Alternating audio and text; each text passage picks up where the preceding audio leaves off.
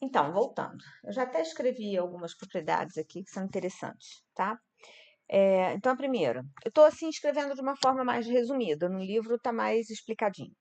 Eu não vou demonstrar nada, até porque as demonstrações aqui envolvem aquela definição clássica de limite que eu não vou entrar nisso aí, não, tá? Aquela definição com epsilon, delta, aquela parte que eu não esmiucei isso com vocês, né? Então, não vou fazer essas demonstrações. Então, vamos lá. Se f e g são contínuos no ponto A, então f mais g, f menos g e f vezes g são contínuas também no ponto A. E f dividida por g é contínua também, desde que o g de A seja diferente de zero, né? Ou seja, eu não posso ter um denominador igual a zero, porque aí a função não vai estar definida no ponto x igual a A, tá certo? Então, essas seriam as propriedades assim, envolvendo operações com funções. Bem, aí tem umas funções assim em particular, que são as que aparecem mais né, no cálculo, que são as funções polinomiais, as funções racionais, as funções seno e cosseno, né, as exponenciais, as logarítmicas, todas elas são contínuas nos pontos do seu domínio, tá? Ou seja, aqui a gente tem que fazer uma ressalva nas funções racionais. As funções racionais são tipo função polinômio dividido por polinômio, essas são funções racionais, tá? Então, eu tenho que considerar como contínua nos pontos onde o denominador não seja zero, né? Como está aqui nessa situação aqui, tá? Então, por isso que dizer que é contido em todos os pontos do domínio engloba, né, no caso, as funções racionais também. E as logarítmicas, né? Você sabe que logaritmo de número negativo não está definido, mas nos pontos do domínio dessa função logarítmica, ela vai ser contínua, tá bom? Aqui é aquela ideia, essa propriedade aqui é a que a gente usa sem perceber, né, assim, automaticamente, quando a gente calcula determinadas funções uma dentro da outra, né, composta. Então, vamos ler aqui a propriedade. Sejam f e g funções tais que o limite da f de x, quando x tende a é b, ou seja, existe, a função f é contínua, bonitinha, e g é contínua em b, tá? Então, quer dizer, o limite existe em B, né? Não estou dizendo nem que a função f, desculpa, em A, eu não estou nem dizendo que a função f é contínua, tá legal? Estou apenas dizendo que esse limite existe e é o B, tá? Então, corrigindo aí o que eu falei. E G é contínua em B. A G precisa ser contínua. Então, a gente pode dizer o seguinte, olha, o limite, quando x se aproxima de A, da GOF de x, né, que é a função g da f de x, tá?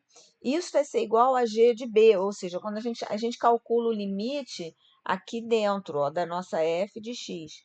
E se esse limite é b, se esse valor vai para b, o resultado é a g de b. E isso pelo fato da g ser contínua. E a g de uma função, a g de uma variável, né, o limite da g é igual ao valor da g no ponto, né? Então, aí é o que nos permite a calcular, botar a função para o lado de fora. Quando eu comecei a falar de limite, né, a função g, no caso aqui, quando eu comecei a falar de limite, lembra quando eu falei com vocês, por exemplo, né, que se vocês tiverem assim, um limite quando x, sei lá, tende a 1, né, de e elevado a x ao quadrado mais 2, por exemplo, uma função exponencial, né? O que a gente faz? A gente acaba calculando, né?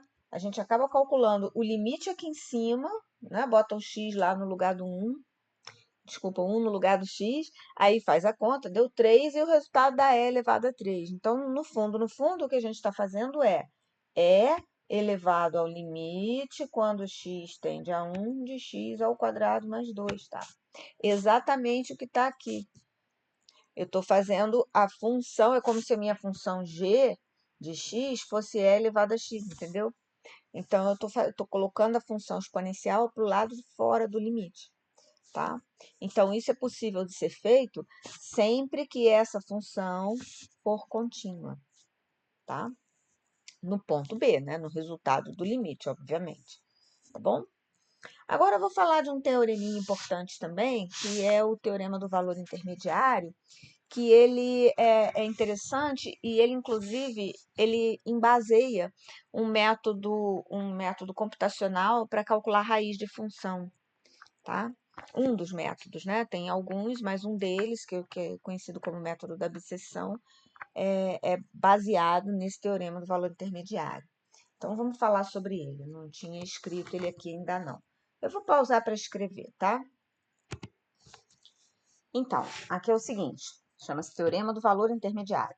Se f for uma função contínua, é importante ela ser contínua, tá? No intervalo fechado, não precisa ser contínua em todo o seu domínio, né? Mas basta que ela seja contínua no intervalo fechado é B, ou seja, contínua em todos os pontos desse intervalo. E um número L é tal que o L está entre f de A e f de B, ou entre f de B e f de A. Vai depender qual valor vai ser maior ou menor, enfim. Eu pego um número L entre esses dois valores da função. Então, existe pelo menos um x desse intervalo AB, de maneira que f de x é L. Quer ver? Vamos fazer uma ilustração aqui, um gráfico, tá? Vamos lá. Eu tenho uma função aqui, ó. Desenhei aqui, aqui é o A e aqui é o B, tá vendo? Ela é contínua no intervalo fechado AB, não tem interrupção aqui, tá? Aí eu tenho aqui, no caso, o meu f de A e aqui o meu f de B, tá bem? Nesse caso, o f de A é menor do que o f de B. Vamos lá, se eu posicionar um L aqui no meio desses dois pontos, né? Então, obviamente, vai existir, nesse caso em particular que eu desenhei, vai existir um valor de x tal que a f de x seja esse L. Entendeu? Agora, por que pelo menos um? Porque simplesmente, ó, olha só o que pode acontecer. Eu vou até colocar aqui uma situação meio ruim, tá? Assim, vamos pensar aqui.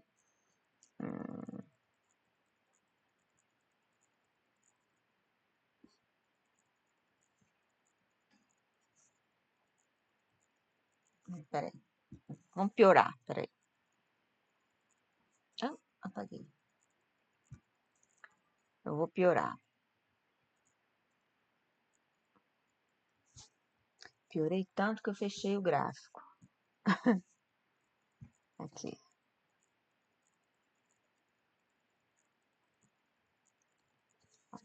Tá? Ficou mais ou menos. Aqui é o ponto A, aqui o ponto B. Eu ainda tenho o f de A igual menor, né, que o f de B. Tá bom?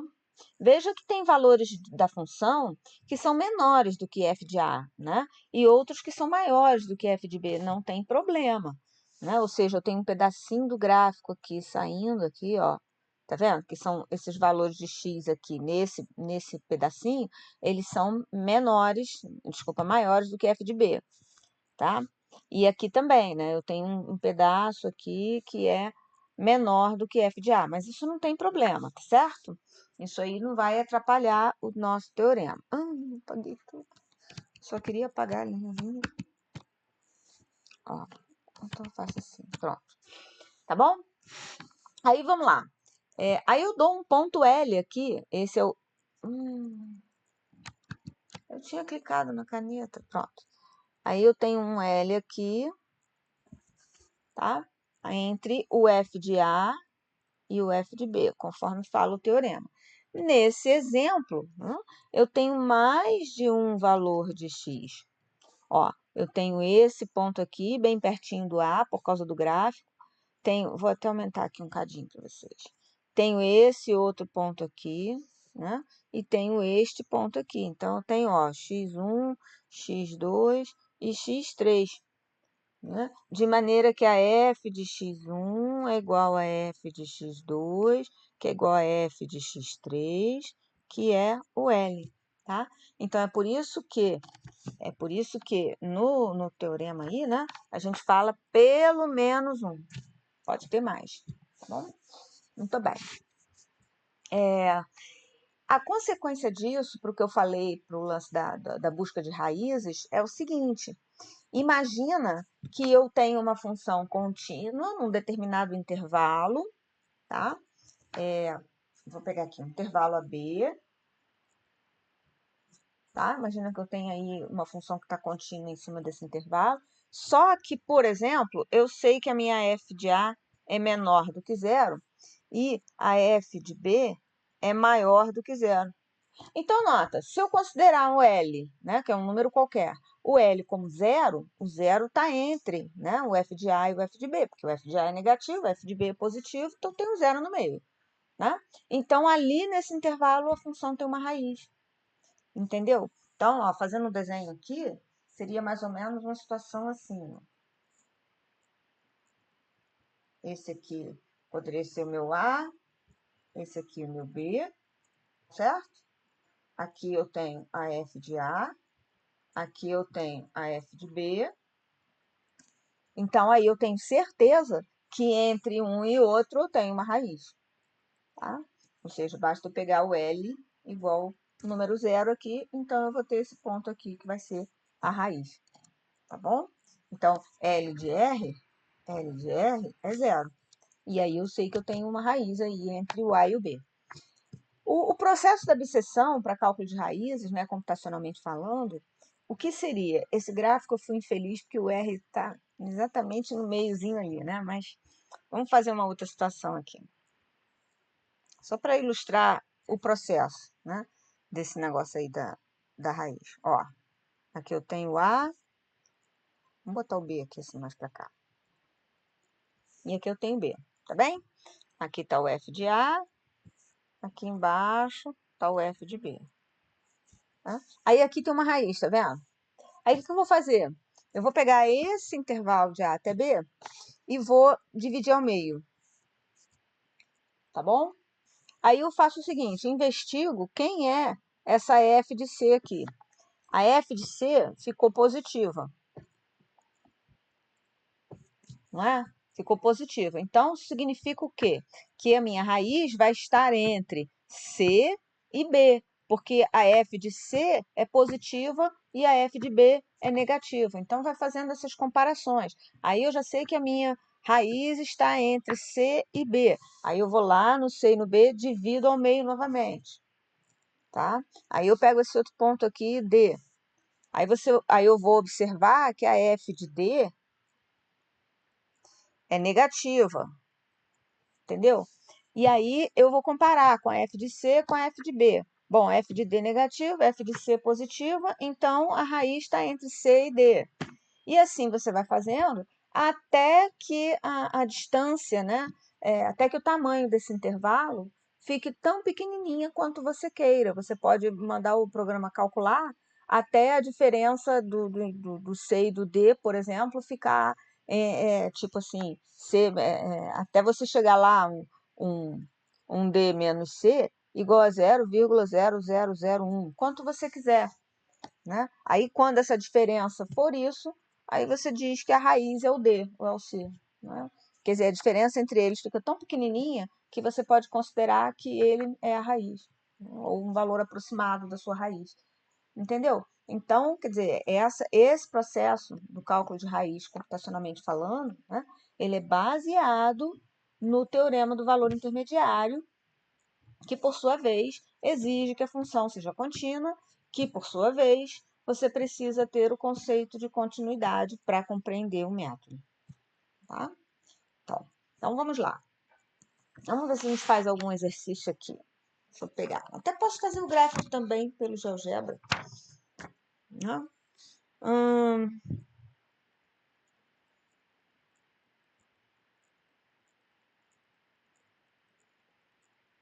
Ó, vou fazer, por exemplo, o número 2, letra A. Vou escrever aqui. Então, exercício 2, letra A. O enunciado é o seguinte: determinar se existirem valores de x no domínio da função nos quais a f de x não é contínua.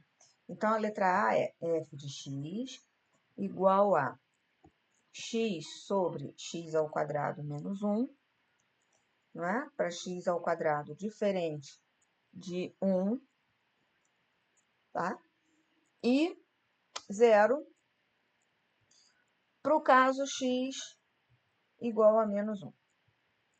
Aí eu pergunto a vocês, pô, tá, mas se o x ao quadrado for diferente de 1, isso aqui significa x diferente de 1 e x diferente de menos 1. Estou escolhendo esse exercício porque ele tem aí uma interpretação. Então, veja só, no ponto x igual a 1, essa função não está definida, né? Porque para 1, você não tem como calcular x sobre x ao quadrado menos 1, né? E não tem como calcular fora isso, porque só está definido no ponto x igual a menos 1. Então, essa função ela é descontínua em x igual a 1, tá? Não existe f de 1, ou seja, não está definida no ponto 1. Né? Bem, tá, não está definida no ponto 1, mas aí você leu o enunciado de novo da questão, né? Que eu, por acaso, né, estou observando aqui. Então, se existirem os valores x do domínio, né, nos quais a função não é contínua. Bom, então, de uma maneira geral, tá? Ela é descontínua nesse ponto, né? Pois pois 1 não pertence ao domínio da F. Então, vamos descartando esse ponto. Vamos lá, descartando x igual a 1. Vamos ver se tem algum outro ponto onde ela seja descontínua, tá? Então, nota, a função que está específica aí, esse x sobre x ao quadrado mais 1, x sobre x ao quadrado menos 1, desculpa, né? Ela é uma função racional,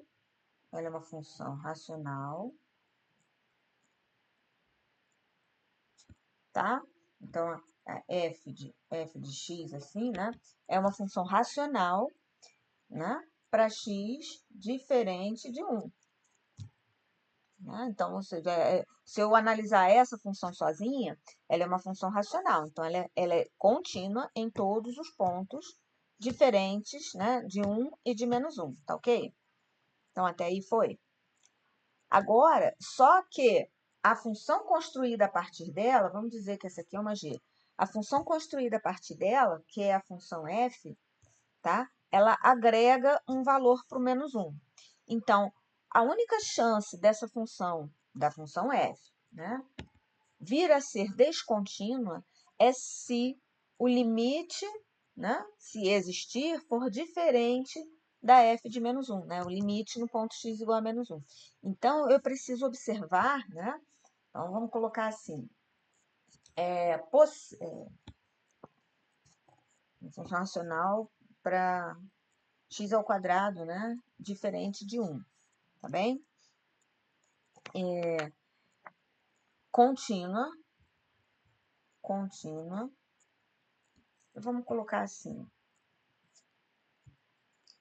portanto, contínua para todo x, onde x ao quadrado é diferente de 1, tá? Essa é a g, né? Mais a f, mais a função f, eu estou querendo explicar bonitinho para vocês aqui, mas a função f tem definição em x igual a menos 1. Então, eu tenho que avaliar o que acontece nesse ponto, né? Aí vem a pergunta, f é contínua em x igual a menos 1? Vem a pergunta. Primeira coisa, ela está definida, f de menos 1 é 0. Segunda coisa, eu tenho que verificar o limite. Então, eu tenho que calcular o limite quando x tende a menos 1 da minha f de x. Como que eu vou calcular esse limite? Tá?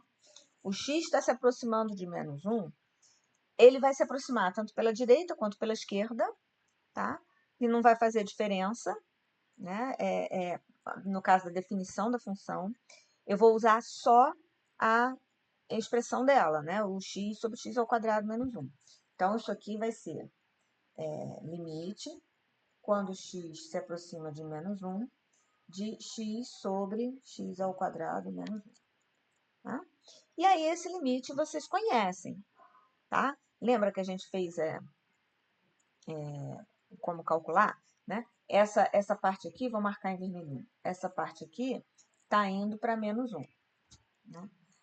E o denominador, ó, repara, não vai fazer diferença eu analisar pela esquerda ou pela direita, que quando eu pegar esses valores, né, os valores próximos a menos 1 e elevar ao quadrado, eles todos vão ficar próximos de 1, né? Sempre por valores positivos, porque x ao quadrado é um valor positivo. Então, esse número aqui, o x ao quadrado, ele vai sempre se aproximar de 1 pela direita, entendeu? Porque tanto faz eu pegar o x um pouquinho menor que menos 1 ou maior que menos 1 e elevar ao quadrado, né? Então, ele vai estar sempre se aproximando de 1, né? Pela direita de 1, tá? Peraí, deixa eu ver se eu estou falando bobagem aqui. Isso, tá? Então, se eu pegar, né, esse ponto e subtrair 1, peraí. Pessoal, olha só, na hora que eu pensei aqui, eu pensei nas proximidades do zero, tá? Mas, na verdade, é na proximidade do menos 1. Então, eu estava até falando bobagem mesmo. O x ao quadrado está tendendo a 1 pela direita, né? Se o x estivesse se aproximando de menos 1 pela esquerda, tá? Então, eu vou ter que analisar esse limite pela direita e pela esquerda, tá bom? Então, deixa eu apagar isso aqui, que é para vocês pensarem junto comigo aqui, tá? Então, eu vou fazer o limite quando x tende a menos 1. Primeiro, vou fazer pela esquerda, de x sobre x ao quadrado menos 1, tá bom? Aí, olha só, quando o x se aproxima de menos 1 pela esquerda, eu vou fazer a reta aqui. Aqui está o menos 1. Pela esquerda, os valores, tá, são assim, em módulo, maiores do que 1, correto? O x ao quadrado, aqui vou botar 1. O x ao quadrado aqui vai pular para cá, ó. Vai pular para valores maiores do que 1, tá bem? Então, esse x ao quadrado sozinho, né? O x ao quadrado sozinho, ele vai ser um valor maior do que 1, tá? É só vocês pensarem aqui na parábola, né? Aqui está o 1 e aqui está o 1. Né? Se eu pegar, menos 1 no caso, né? Aqui está o menos 1. Se eu pegar valores à esquerda do menos 1, a resposta vai ficar maior do que 1, tá vendo? Maior do que 1. Então, menos 1, né? Esse denominador aqui vai tender a 0, porém por valores maiores do que 0, tá? E aqui vai tender a menos 1. Logo, isso aqui vai dar menos infinito. De qualquer forma, o limite já não existe, né? Mas é bom que a gente já exercita limite também.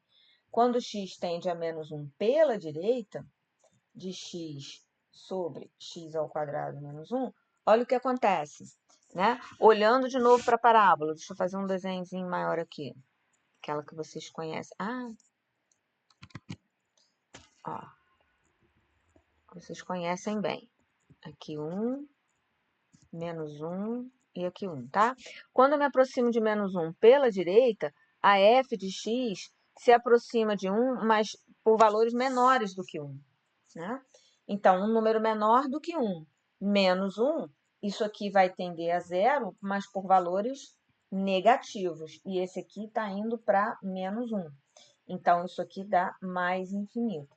O limite não existe no ponto x igual a menos 1. Então, essa função é descontínua, tá? Limite quando x tende a menos 1 da f de x não existe. F de x é descontínua em x igual a menos 1. Né? Vamos fazer o gráfico? Só para a gente ter uma ideia aí. Ó, o gráfico é aquele com condição, né? Então, eu não sei se essa condição ele vai aceitar. Tá, vou escrever. Se, aí é essa condição aqui, né? Se x ao quadrado for diferente de 1, x ao quadrado. Tem um diferente aqui? Deixa eu ver se eu acho. Tem. Se x ao quadrado for diferente de 1, então acontece o quê? Eu tenho x dividido por x ao quadrado menos 1. Caso contrário, é zero. Pronto. É essa função aí. Então, assim, acabou que não ficou muito diferente do que seria, né, a função se a gente não tivesse colocado a condição, porque não está aparecendo para o caso onde o x não é menos 1. Acho que eu não consigo escrever aqui, não consigo. Quando x não é menos 1, quando x é menos 1 e quando x é 1, tá? Então, na verdade, no ponto que não é nem caso contrário, né? Para o caso onde x é menos 1, né? No caso aqui. Aí você teria que marcar um pontinho ali no menos 1, a bolinha em cima dele do eixo, porque f de menos 1 é zero. Tá bom? Então, mas é só para vocês terem essa observação aí. Quando x tende a menos 1 pela esquerda, vai para menos infinito. Quando x tende a menos 1 pela direita, vai para mais infinito. Tá? Voltando lá.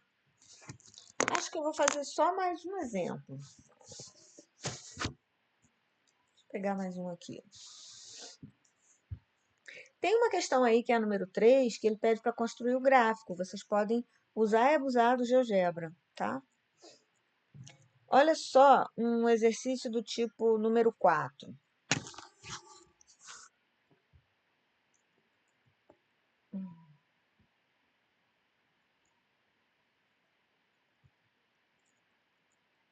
O número 4 está assim. Vou fazer a letra A, depois vocês fazem. Tem A, B e C. Vou fazer a letra A. F de x igual x ao quadrado mais px mais 2. Para x diferente de 3. E 3 para x igual a 3. Tá? Bem, aí no exercício está pedindo assim, para calcular o P de modo que a função abaixo seja contínua. Tá? Então, eu preciso do quê? Nesse exemplo aí, né? Eu preciso determinar, ó, a f de 3 está definida. Repara, a expressão de cima é polinômio, então ela já é contínua mesmo naturalmente, tá? Ela sozinha. A outra, a 3, é constante, que é uma função polinômio também de grau zero, que também é contínua, tá? As duas são contínuas, mas quando eu junto e coloco condições, aí eu tenho que investigar o ponto onde elas mudam de lei, tá? Que no caso aqui é o 3. Então, para que essa função seja contínua, tem que existir a f de 3, o limite tem que ser igual a f do ponto, tá? Mas olha, se tratando de função contínua, se existir a f de 3, tá? Se tratando de função polinomial, se existir a f de 3, o limite vai ser igual a f de 3. O limite no 3 vai ser igual a f de 3, porque eu estou calculando numa função polinomial, tá? Então, não há dúvida. Então, basta que... Então, vamos escrever assim. Para f ser contínua, devemos ter f de 3 definido, tá? Então, eu vou calcular quem é f de 3, no caso, né? F de 3 é 3, tá? Já está definido, tá? Além disso, o que já está, vamos colocar assim. O que f de 3 definida, de fato, melhor dizendo assim, de fato, é f de 3 igual a 3. Então, além disso,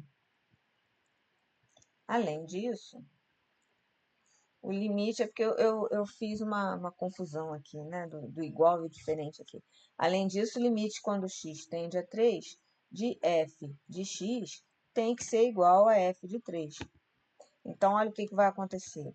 Limite quando x tende a 3 da f de x é de x ao quadrado mais px mais 2.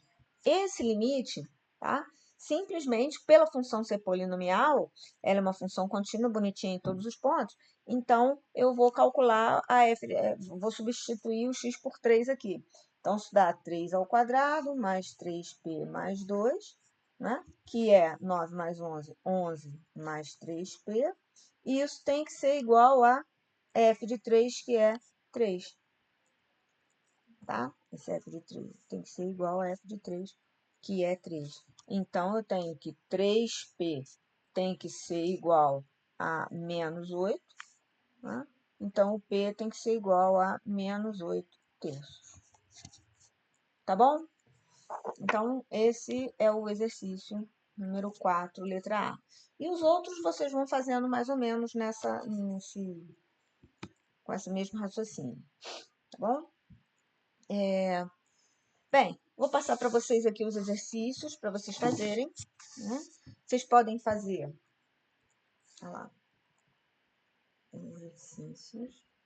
A seção, qual era mesmo? Seção 3.18. 3.18. Aí vocês vão fazer o número 1, o número 1, tá? Exceto item E, tá bom? Não precisa fazer o item E não, que ele é mais confuso. Porque, na verdade, para calcular o limite que tem lá, eu tinha que ter apresentado um teorema para vocês e eu não apresentei, tá? Eu também deixo para lá.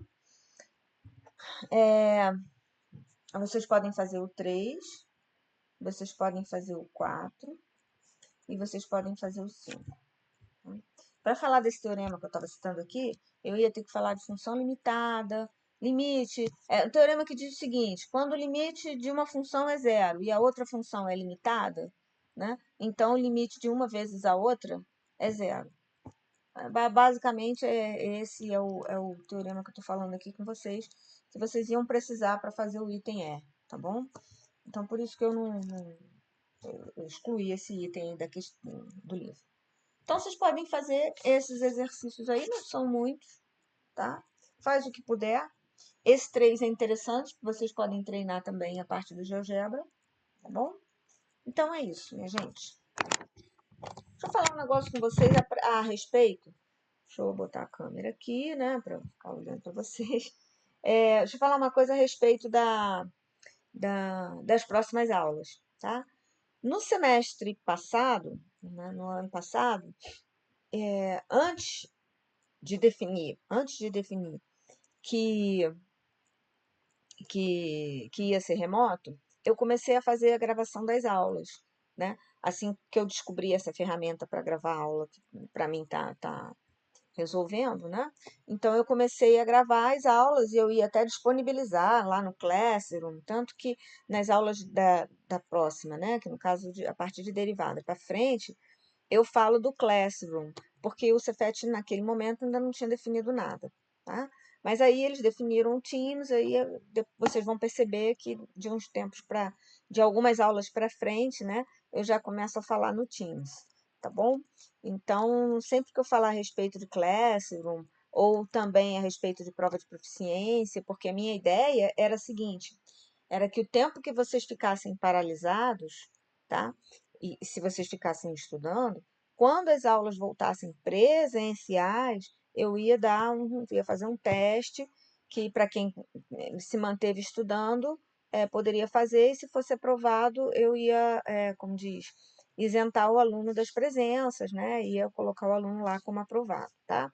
Mas não foi isso que aconteceu. Na verdade, a gente voltou de forma remota e eu não ia fazer, né, uma prova de proficiência de forma remota, então aí eu comecei a postar as aulas lá no Teams. Então tem muita aula que eu cito a questão do Classroom, né? Mas aí vocês esqueçam o Classroom por enquanto, né? E agora que eu já me habituei com o Teams, eu vou passar a usar o Teams direto, tá bom? Então as próximas aulas já foram gravadas já tem algum tempo, tá? Então é só isso. Bons estudos, minha gente. Qualquer dúvida, me procure, né? Posta lá, qualquer dúvida que precisar, tá bom? Só não quero que vocês deixem as coisas para cima da hora, porque se vocês deixarem todas as dúvidas para a aula que eu vou fazer, né, antes da prova, que também vai ser remota, aí vai ficar muita dúvida para eu esclarecer num encontro só e não vai ser suficiente, tá bom? É isso aí. Bons estudos para vocês. Tchau.